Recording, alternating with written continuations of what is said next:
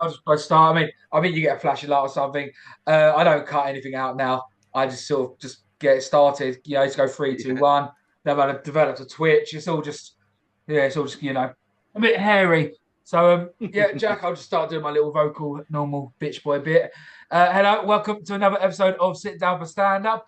I have with me a comedian and event runner of, you've probably heard of it if you're from London, Your Friends and Mine. Jack, how's it going, dude? We good? All good. Thank you for having me, Daniel. Oh, it's an absolute pleasure. So I say, like, the people have sort of been demanding that, we've had a lot of comedians on, and, we've learned about, their flaws and stuff, but we haven't had enough about, event hosters and sort of like what you're looking for. And perfectly, you fit both sides of the bill. You're a comedian and you run an event. So, in the famous words of, is it Hannah Montana? Got the best of both worlds. Yeah, yeah, exactly. Which is also my karaoke song. So, it's perfect. So, what is Jack? What is Your Friends and Mine, and how did it get started? So your friend of mine is a comedy night. We're based all in Southeast London, so we've got 3 nights at the moment. So we're in Deptford at Little Nan's, we're in Penge at Southey Brewing Co, and we're at Four Quarters in Peckham, the arcade bar as well. So we've got 3 amazing venues, really cool places. And that was sort of it. I started it from being a comedian and going across London and traveling to North, and then being on a bill with 20 to 25 people and it not finishing until 11:30 and trying to rush back and get across. So I really wanted to build a night ran by a comedian for comedians. So it's a short, we run for 2 hours, 7:30 till 9:30. I host majority of them. We have guest hosts sometimes, but keep it super quick. Like I'm a comedy poet, so I do like a very small poem in between each act, and we just keep the night moving. And it's all good fun, good vibes. Trying to create a community out of it. So we do a lot of for that aspect as well. So like at the moment, we're offering 5 people to get free professional headshots. Okay, cool. Through Your Friend of Mine. So No, you're the one on the right behind you. yeah, the drawing.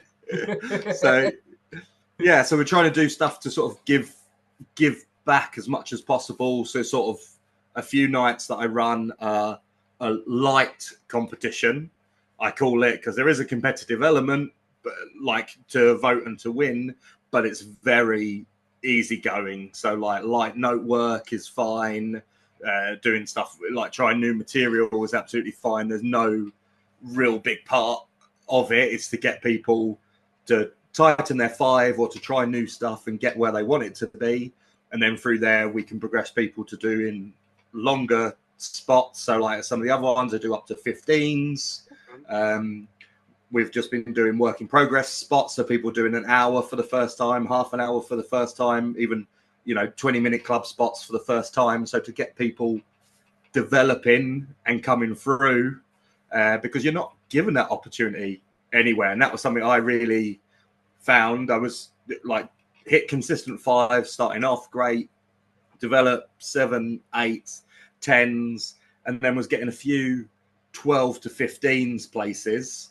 But then there's nowhere, everywhere else is just, you only get a 5. There's no other real, it's so hard to then progress and learn. And then when you want to go into doing it at clubs, to then say, this is my 20, this is the 10 to 15, when most people aren't given that option to do. You're just doing 5s. Then I personally believe, I really developed doing the same 5 again and again and again, and really had it polished and had it perfect. And then building that into the 8, adding on the new material and working it that way.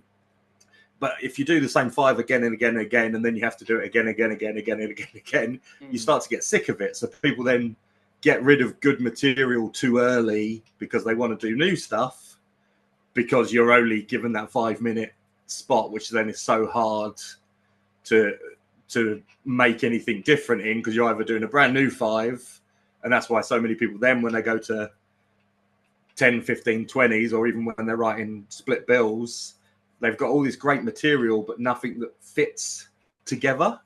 So it's just, I'm going to do material for half an hour rather than this is a story, or, you know, people say a special now or whatever it is, but sort of the way that it flows through, it's just, here's material with no real theme and I'm jumping between them. Yeah, no segues. I mean, I wholeheartedly agree with you. So many places in London. I mean, I'll bring up the B word later on. Bring up, you know. I will ask you if you are one or not. I won't find out yet. I'll tease myself. I'll let you know my opinions first before I dare go down that road. You know, like a lot of them are. You only get 5 minute fixed slots, and over, and the transition, not the transition, the opportunity to go to sevens then tens is very hard. It's almost like you need a lucky break to go from free work to free work again in London. Yeah, And absolutely. And I think that's something quite London specific as well, which is, I know loads of people who are now, like who I started in the London scene with, who are now traveling out, who are drivers and can get to places easily, and they're getting good, consistent paid work because they travel out. And if you stay in London, or you can't, you know, travel as many places, and, you know, we've all got lives and work commitments and stuff around doing comedy as well. So that he puts even more pressure. So it's not as easy to then be able to do, but then there's little, but, you know, paid work in that transition, open mic, semi-pro into proper professional paid work. It's such a hard thing in London because it's so oversaturated, which comes with its pros and cons. I think it's great for building communities. And when I dove into doing comedy like full on, I was gigging 5 nights a week and had that opportunity to be able to travel around to different places in London and get on different bills and do that, which is great for sharpening up. But then you sort of get stuck in that doing the same places. And as you say, with bringers, then you've got similar faces when you go, or you're seeing comedians but doing bringer for bringer, and you're performing for them when you perform for them at a gig that they were on with you on the same bill. So yeah, we've all heard your material, you know, bringer to bringer. And to be honest, I am not a fan of performing in front of a room of just other comedians. And I know no other comedian really is. No one's really listening. And you never actually, you're saying your stuff on stage, fantastic, but no one's listening. So how do you actually know if that punchline hits or not? And it is really hard to answer. Like I said, when you've done it so many times, you get bored, you try new material. So you never actually know truly if you have got that golden egg there or not. yeah, absolutely. I think that's the difficult thing as well. And then there's also stuff that when you're performing in front of comedians, a lot of us, there's a lot of stuff which is that joke's just for comedians as well, which then you get stuck in doing that sort of material, especially if you do nights that you become a regular at, and then you're doing stuff with people, and then you start these sort of in jokes, which then doesn't work anywhere else. You're spending time on material which isn't any good elsewhere, you know, unless it's specific stuff you're playing in the room at the time, then I can see that being helpful. But doing just material for a clique of people doesn't sort of work. How hard? So how do you decide? Because you said, like, you know, people come in and try new material. They can also do a little bit longer, things like that. Does it change per event, or is it sort of on the night, loosey goosey? No, so it's all very, like, everything is very organized and booking and structured. You're an Excel sheet man. Yeah, so everything's sort of in and organized, and everything's sort of like timed. If you get a 5-minute slot, I give you a light at 4, but I'm not, if it's hit in 5 minutes, I'm not then encroaching or flashing you again. It's sort of when it goes further than that, but I sort of build that in to the timing of the night. But no, if when I'm booking it, the sort of people who progress and perform with us before sort of get priority on the longer spots, or, you know, people who are progressing semi-pros or even pros that are coming and doing our night occasionally sort of can get them longer spots straight away. And then people who, you know, I don't know, or just come in, most people start off in 5s, and that way can get it. But realistically, you only have to come and do a 5 wants to then be able to be in for any of the longer spots.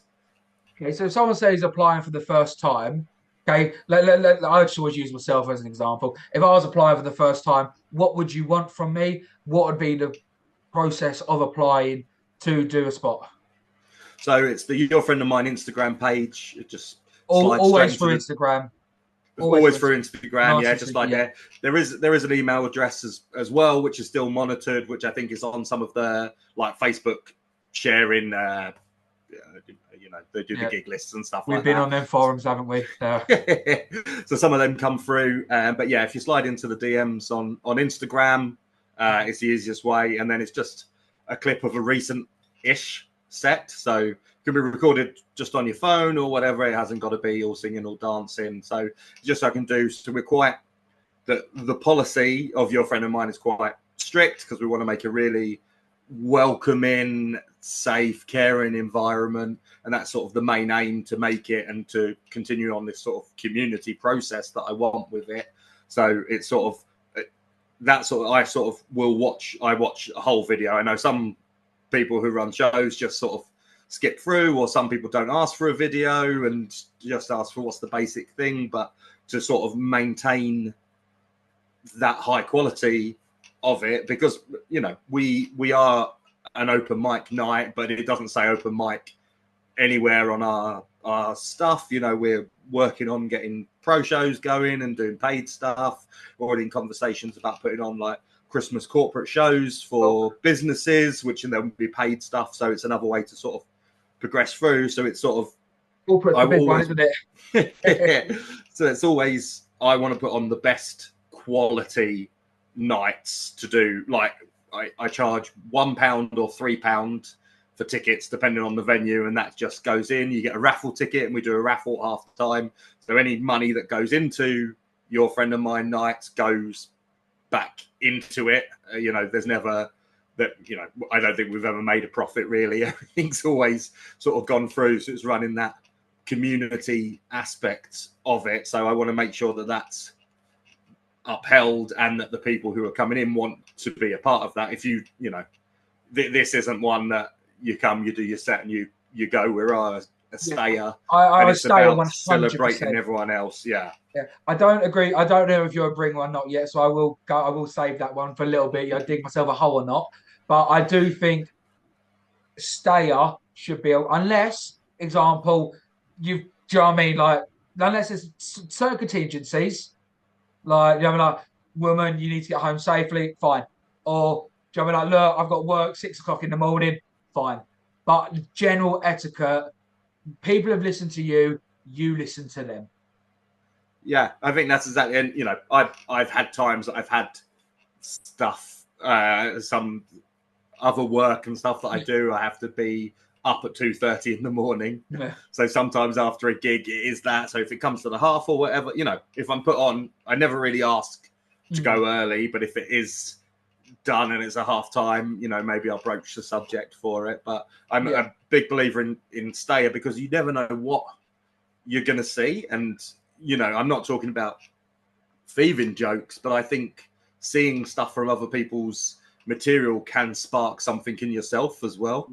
So there's always things that even, sometimes it's just someone will say a word in their joke and not even hit it particularly hard. But I say, that joke, that word is funny in whatever that is, however it does. And then that might spark something for you. And I think the more you watch, the more it sort of opens up of what other people are doing as well, which is always good, because I think there's so much, in the best way, mad alternative style comedy that's coming in to sort of mainstream and open mic, and it doesn't have to be. I've always one who says I'm the straightest guy on an alternative bill, but I'm the most alternative guy on a straight bill, because my stuff is a bit weird compared to just staying up and doing traditional jokes. And I think there's a lot of people who are coming in and doing that, and with character acts and things like that, which is also something Your Friend of Mine,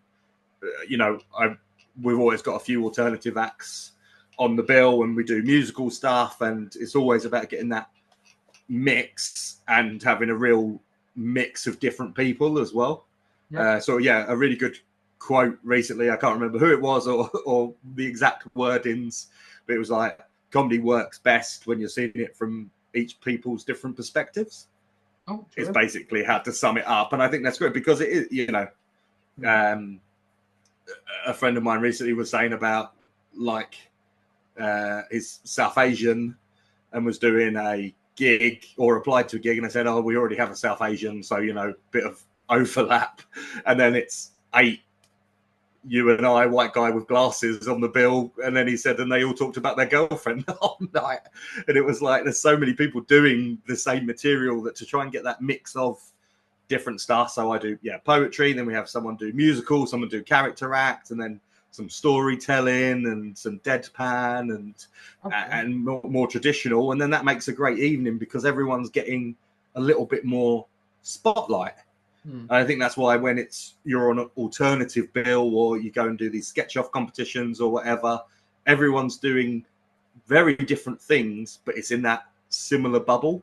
But whereas I come on stage on a straight night and it's been a storyteller and a joke teller and a pun guy, and I come on doing something a little bit silly or different, then the punch is even harder. Yeah, no, I'm with you. My question was how do you decide the process of the lineup? But you've pretty much nailed that on the head. Like I said, you don't want like one line after one line after one liner because, you know, it gets boring. And I completely commend this all, like the stay apart. I went to go support a mate on Saturday at Big Belly's Gong Show. She, you know, it weren't her room, you know, she lost it, but I wasn't performing, and I stayed till the end, and I was drinking, and I was like, it was just so reinvigorating going to a comedy club and not having to worry about performing. And it was just enjoyable. It's all just like relit it a little bit. Like, oh, I'm not waiting for my turn. I'm just listening and, you know, laughing, and it was brilliant. So I was very happy with that. What was it when you sort of said about the policy of your friends and mine? Do you sort of have like a, you know, anything goes, or is there sort of like, you know, a line? Probably the exact opposite of anything goes. It's so not, you know, people can talk about stuff, and I'm not a clean comedian because there's swearing in my stuff and things like that, but then pretty much, you know, I don't do much blue material or political stuff or whatever, which isn't really for me. But then there's great people, so it's not I'm looking at people's videos and immediately say, no, that's not for you. I sort of just get the general vibe of if it will be good for the night and stuff like that. And it's to make it a safe community and gig for people to come and enjoy is the main thing. So, yeah, there's definitely no isms. We're very lucky that because of that strict booking policy, if you sent a video and you've got that in your stuff, you're not going to get a gig realistically.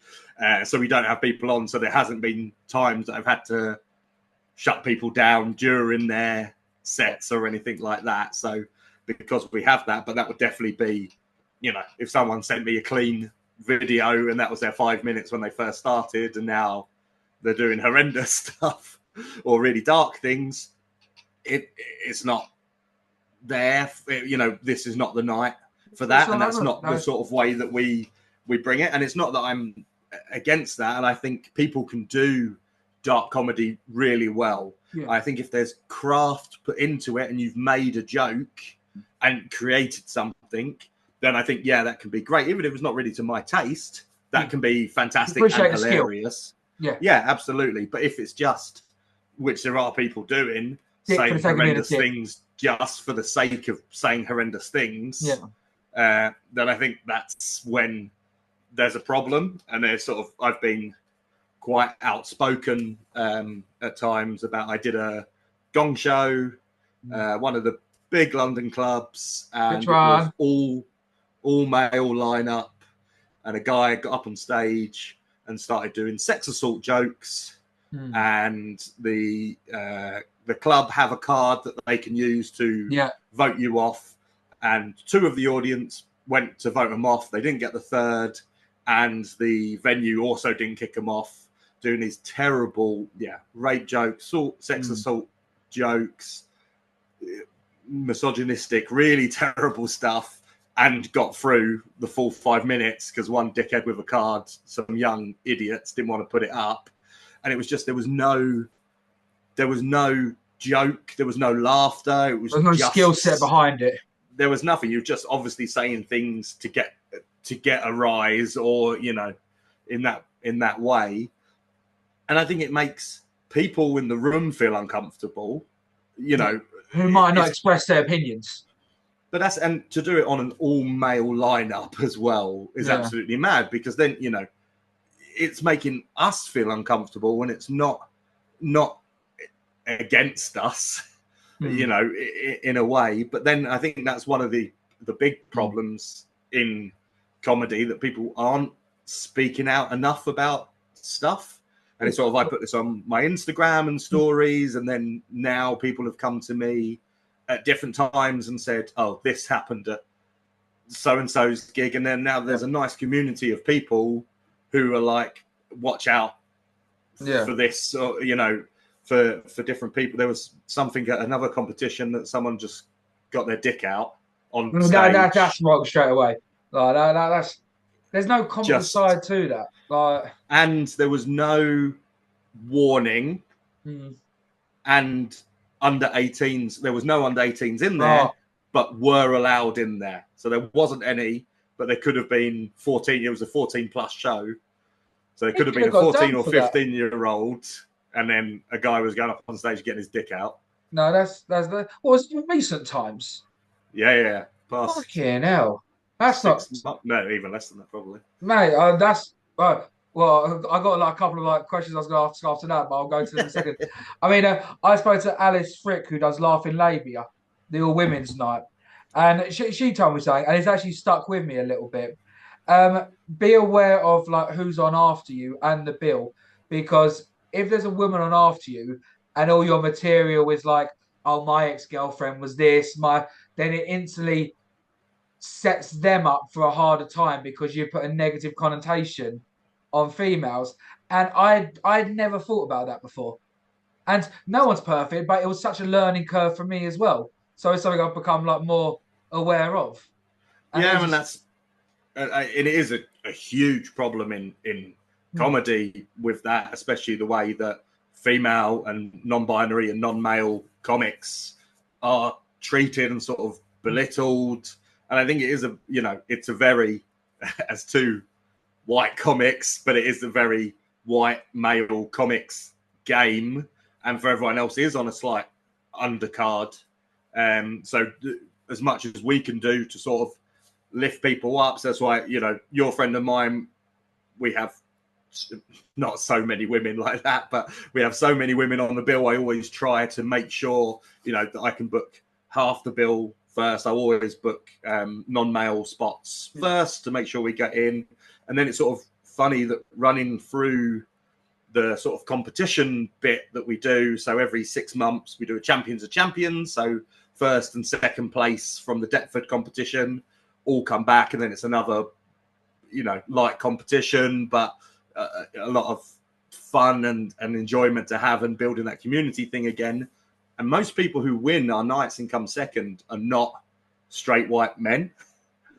And it's funny in that way that, there's so many of us in the London comedy scene. And I've seen such a rise of all male lineups recently as well, which is obviously not good, because that's most people, not having the exact same vision and journey, but a similarity through, without having anything different on. And it's, exactly the same with race, that you have all white comedian, if you see some of the big clubs, 10 comedians on, 9 white guys and 1 woman, and it's not that hard to try and but there's enough of us out there. Perspective as well, like you like to see all perspectives as well.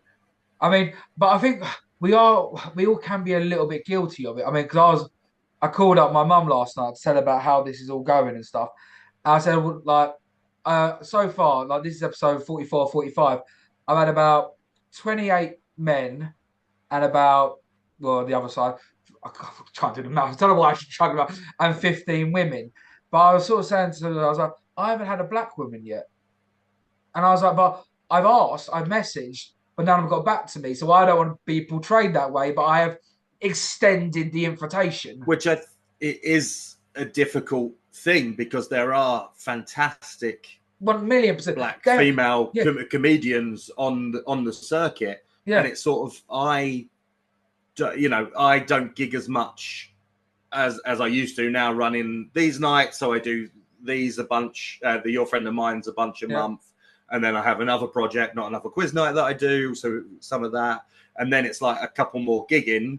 Work. So then I'm not and then I'm not at places as much. I'm not meeting as many people. So I don't have many interactions with black female comics. So I struggle to book them. And it's, if any listen, send me a DM. Like, it's pretty much guaranteed an early spot come find me on it because we are, struggling. And Your Friend of Mine, as much as we do for putting on as many non-male and trying to do these mixed bills and stuff like that, it still is for people who apply to us is majority white people. And I don't want it to be, I'm a white male comedian that runs the night, but I don't want that to be the vision of what it is. I want it to be as diverse as possible, but it's sort of like, with your podcast, it's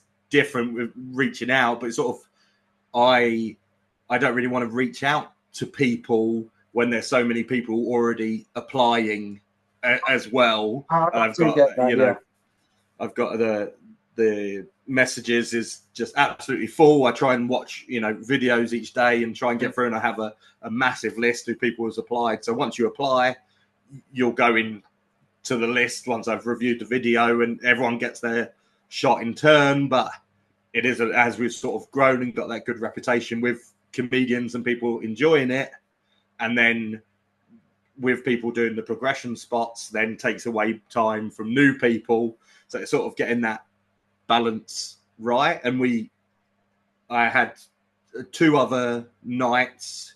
So I was doing one in Bermondsey. So started a new one on Bermondsey Beer Mile. Nice venue. Went and did the first one.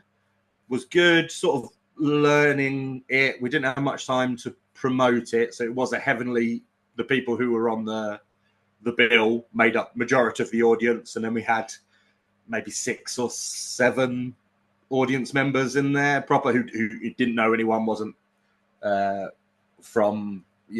wasn't associated with anyone on the bill. And that was like good. And was like, maybe we can build this. And then when it came to the next month, they just shut down completely. The pub just shut down and never told us. So I booked a really great bill. It had like a proper stage, sound system, everything. So I got a few musical acts. I was like, this is going to be great. And then just shut down and never told me. Oh, so carried on to the next. Well, from someone who is also in hospitality in the pub game, like, pubs are struggling out there, man. Like, it's hard. So, a question I want to ask, but we've sort of gone past it, but it's a question I love asking. So, I send you a 5-minute video.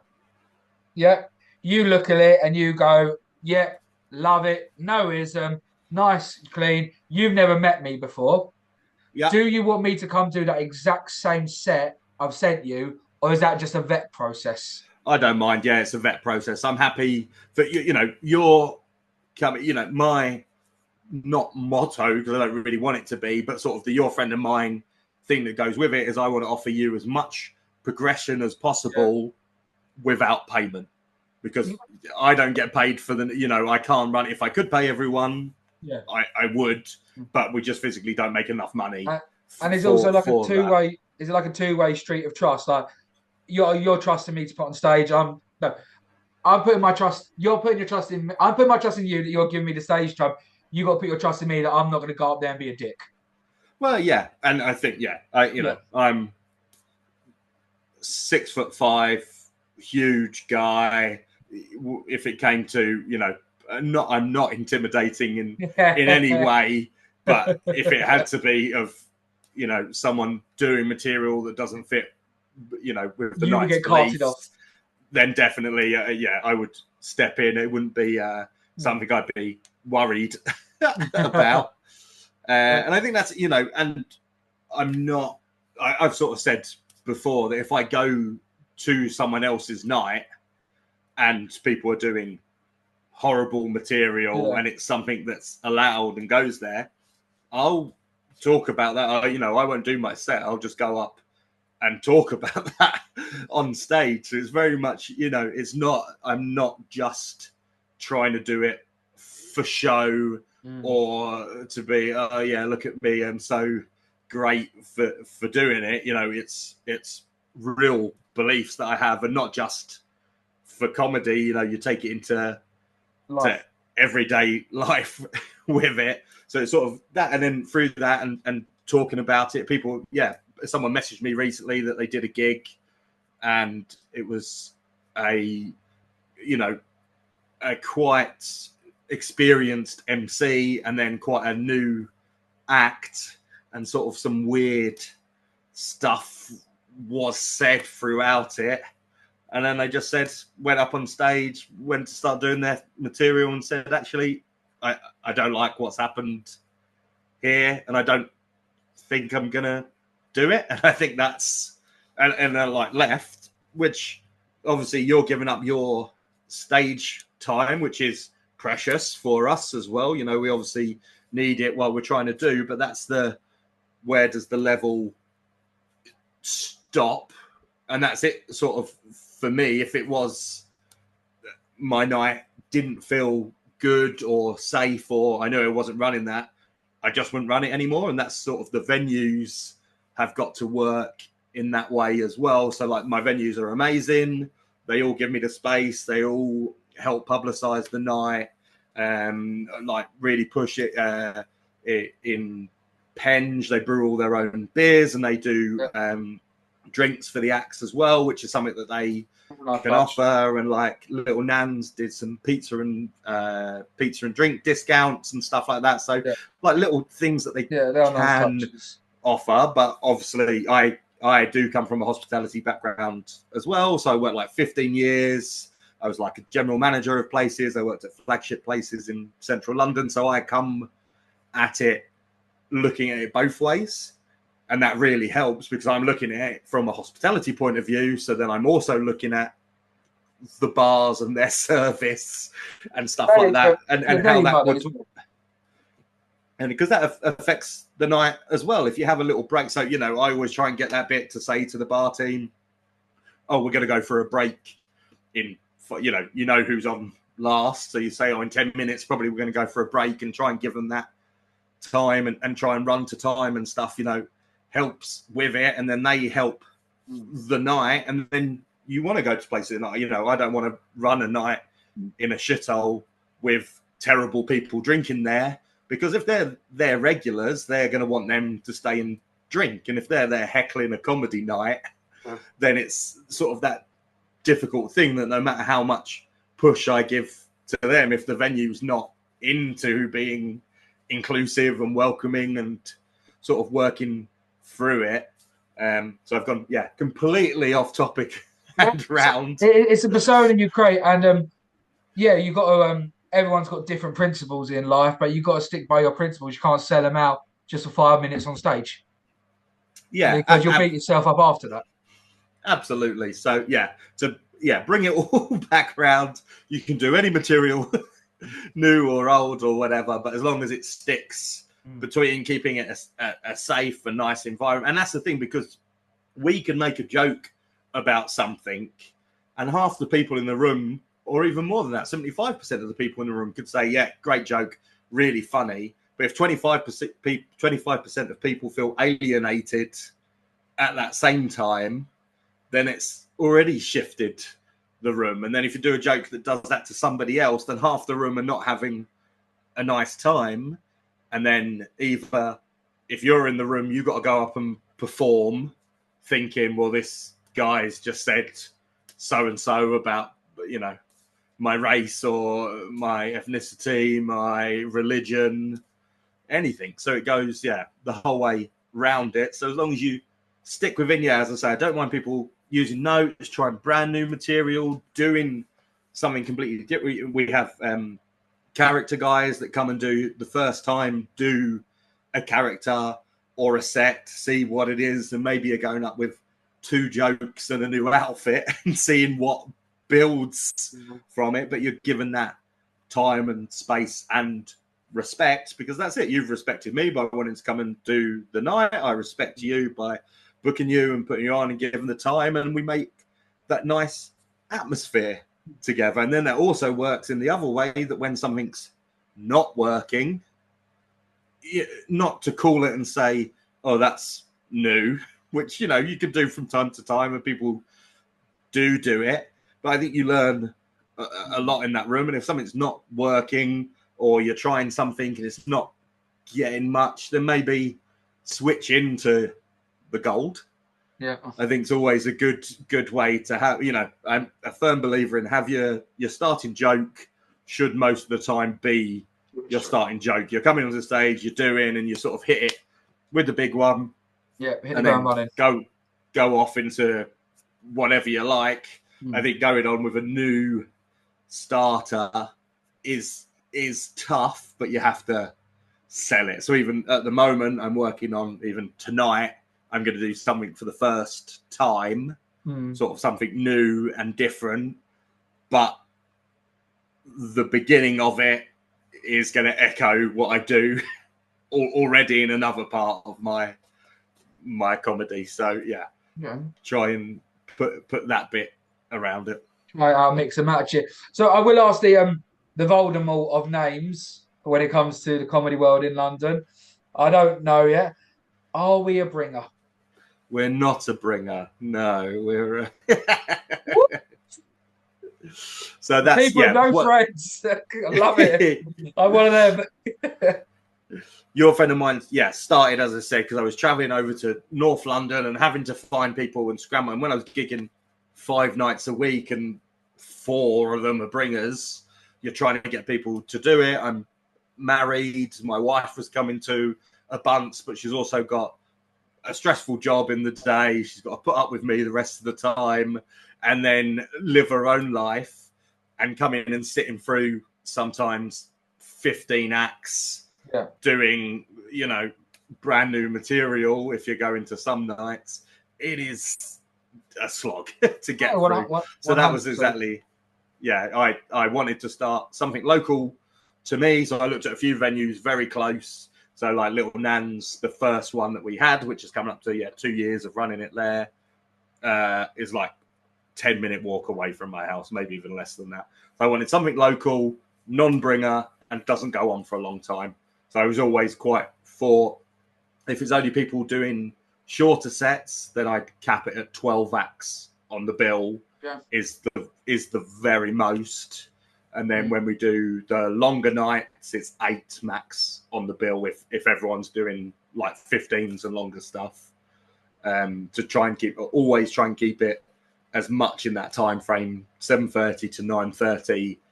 Then we're done. And then often, like, I find that more people stick around after, and you actually have that conversation, and you can have a chat and a drink after the gig, because you're not looking at the time and going, oh, it's 11, I've got to go get the last train. You're like, oh, I've got 2 hours before I can have one drink, or then, you know, conversation flows through, and then people might stay a little bit longer. And that's, the nice thing about the venue. And at Peckham at 4 Quarters with the arcade, they sometimes give us some like free tokens and things like that as well. So for people to do really great gig downstairs, and audience and acts to sort of come upstairs, people get a drink, and people playing Guitar Hero and Dance Mat and Mario Kart, and to see everyone sort of together is one of my favorite things, to finish that gig and to go upstairs and then to see different comedians playing on different arcade machines together is always a great sight. Okay, that's love. That just brings out the inner kid in you, doesn't it? And I mean, like, we're the generation where we've gone through all the stages of graphics when it comes to games. Going back to that is just nostalgia. Like, so I absolutely love that. So I always question, I love asking Jack, and I always finish it with it. I will do it from the event perspective. What is the best moment you've had at Your Friends and Mine, and what's the worst you've had on stage? I think we've had like, so we've done 2 of the Champions of Champions, which are all the winners coming back. So we've had 2 of those and 2 people to be crowned the champion. I think for the I can't remember which one it was, but for one of them we had like 60, 70 people in the room, which was really good.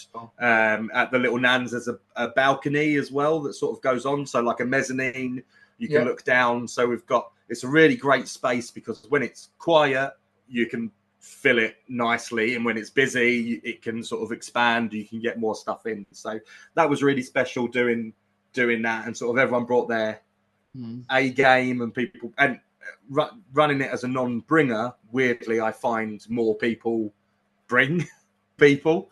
So there's been an amazing time, even in the non-competition stuff, but people bringing people because they know it's a good, fun night. So those ones really do it for me. I really love. And then this year, the last one in Deptford in July was on my birthday. So we had a guest host. So Ronnie Cash came and did it, and she was amazing. We had a great group of people on.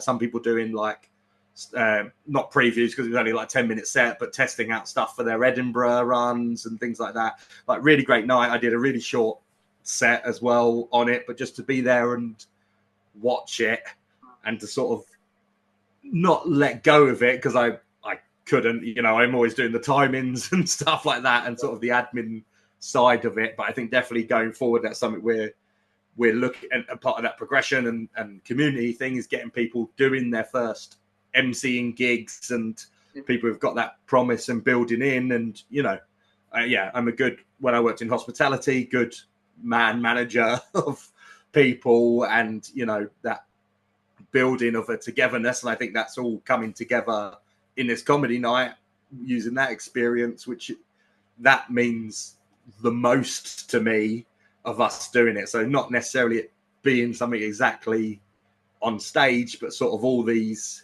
little bits that come together for it, I really love. Oh, yeah, that's awesome. And what's the worst moment you had? So the first ever one we did, so we're at Little Nan's 2 in Deptford now. So they moved across the road and we've got a much bigger space.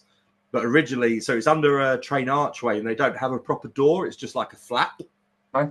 So the first ever one we done in there, we had, I don't know who he was, a local drunk or something, sort of came in, and then security was sort of buzzing around outside in the archways, but I think they weren't allowed to come in, but sort of poking their head through the door. So it was sort of this weird bit, and then an act and one of my friends were in the audience who they didn't know each other, and they then acted as bouncers and took this guy out, which was a really weird moment. And during that same show, the person who was sat on the front row, his phone went off loudly during one of the acts on stage. And you think, okay, that accidental, whatever.